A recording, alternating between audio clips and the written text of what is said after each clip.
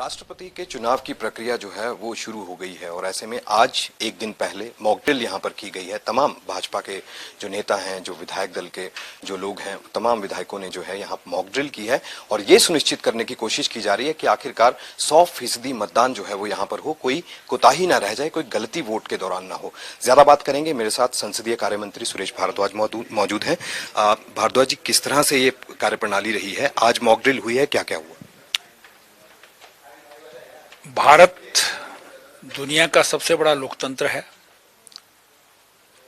और vibrant democracy है। यहाँ पर 1970 में जब इमरजेंसी लगी थी, उसके बाद चुनाव हुए थे, तो सारे देश ने इमरजेंसी के विरोध में वोट दिया था।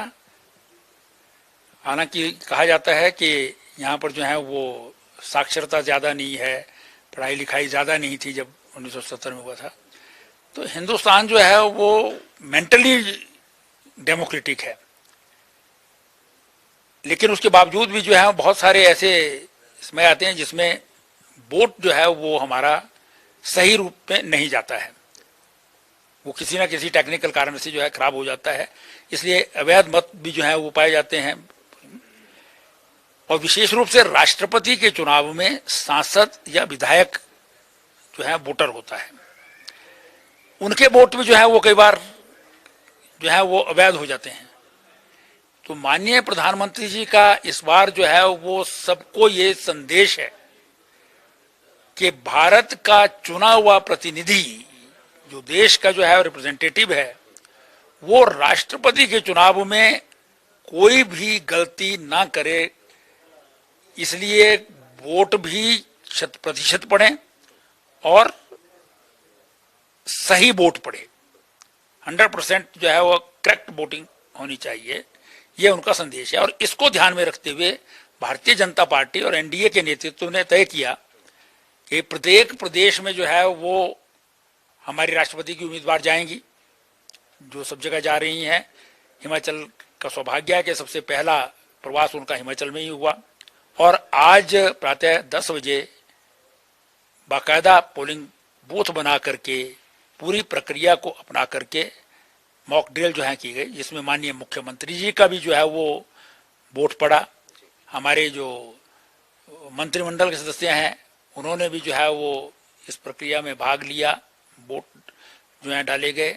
सारे जो हमारे बैलेट पेपर्स इत्यादि थे, जो डम्मी बैलेट पेपर्स हैं, वो दिल्ली से ही दिए गए थे। जिस पैटर्न पर राष्ट्रपति चुनाव में होंगे उसी तरह के जो हैं वो डम्मी बैलेट पेपर्स दिए गए थे, जिससे ये मॉक ड्रिल हुई है।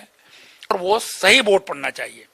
इसलिए हम जो अन्य पार्टियों के उम्मीदवार भी हैं, हमारा कांग्रेस और सीपीआईएम के जो हमारे माननीय विधायक हैं हिमाचल प्रदेश से, उनसे भी मेरा निवेदन है कि हिंदुस्तान के आज़ाद होने के पश्चात ये अमृत महोत्सव मनाया जा रहा है आज़ादी का।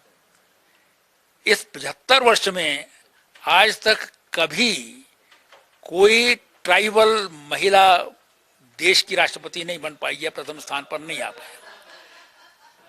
आदरणीय प्रधानमंत्री नरेंद्र मोदी जी ने और एनडीए के संपूर्ण नेतृत्व ने पहली बार एक ट्राइबल क्षेत्र की महिला को उम्मीदवार बनाया है।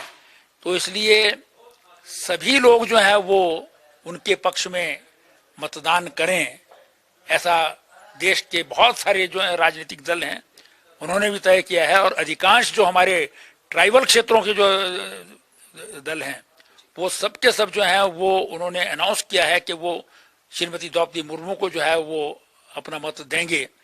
से बात करने के लिए बहुत बहुत शुक्रिया। तो ये थे संसदीय कार्य मंत्री सुरेश भारद्वाज।